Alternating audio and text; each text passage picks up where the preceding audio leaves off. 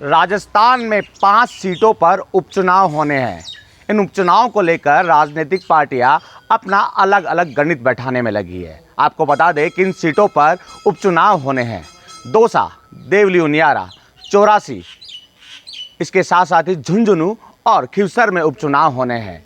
राजनीतिक पार्टियां तालमेल बैठाने की कोशिश करने में लगी है। हम आपको एक एक सीट का आंकलन बताएंगे, किन किन सीट पर किस किस का दबदबा है। दौसा की अगर बात करें, यहां से मुरारीलाल मीणा कांग्रेस की टिकट पर सांसद बन चुके हैं। यह सीट मीणा बाहुबली क्षेत्र मानी जाती है, तो ऐसे में कहीं ना कहीं जो प्रत्याशी उतारा जाएगा उसमें मुरारीलाल मीणा की भी राय मांगी जाएगी। इसके साथ साथ ही 84 की अगर बात करें, यहां पर राजकुमार रोत जो कि गठबंधन के साथ सांसद बन चुके हैं। यहां पर कांग्रेस ने भारत आदिवासी पार्टी के साथ गठबंधन किया था। अब यहां पर जो है आदिवासी क्षेत्र यानी आदिवासी लोगों का दबदबा है, तो ऐसे में आदिवासी पार्टी के साथ भी तालमेल बैठाने की कांग्रेस कोशिश करेगी। इन 5 सीटों पर अलग अलग सीटों की अगर जिक्र करें तो अलायंस जो है कांग्रेस की ओर से किया जाएगा। खिवसर की अगर बात करें, खिवसर में जो है हनुमान बेनीवाल का दबदबा है। लोकसभा चुनाव में कांग्रेस और आरएलपी का गठबंधन हुआ था, तो ऐसे में कांग्रेस अलायंस के साथ इस सीट पर भी प्रत्याशी उतारेगी।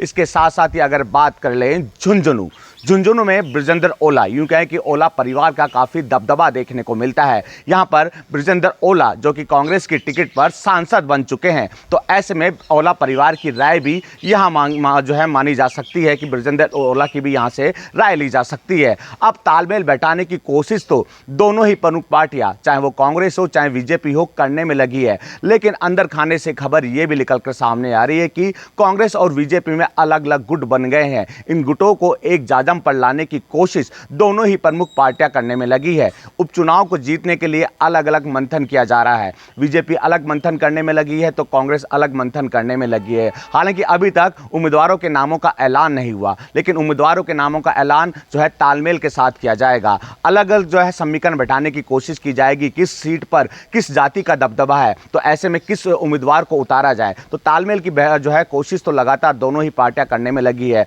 अलग अलग टीमें भी बना दी गई है जो लगातार उपचुनाव वाली सीटों पर मंथन करने में लगी है। बहरहाल देखने वाली बात यह होगी कि किसको जिम्मेदारी दी जाएगी, क्योंकि कांग्रेस तो सचिन पायलट के चेहरे पर मैदान में उतर रही है और सचिन पायलट को ही नेता मानने की कोशिश की जा रही है, क्योंकि जिन 5 सीटों पर उपचुनाव होना है वो उनमें से अधिकतर चेहरे जो है सचिन पायलट गुट से आते हैं। तो ऐसे में सचिन पायलट की राय भी जो है कांग्रेस ले सकती है। बीजेपी भी अलग मंथन करने में लगी है। अलग अलग पार्टी के पदाधिकारियों को जिम्मेदारी दी जा रही है जो कि लगातार इन उपचुनाव वाली सीटों पर दौरा करने में लगे हैं। बहरहाल देखने वाली बात यह होगी कि किस प्रत्याशी को मैदान में उतारा जाता है। क्या जातीय समीकरण बैठाने की कोशिश जो है दोनों ही पार्टियां करने में लगी है, क्या उसमें सफल हो पाती हैं?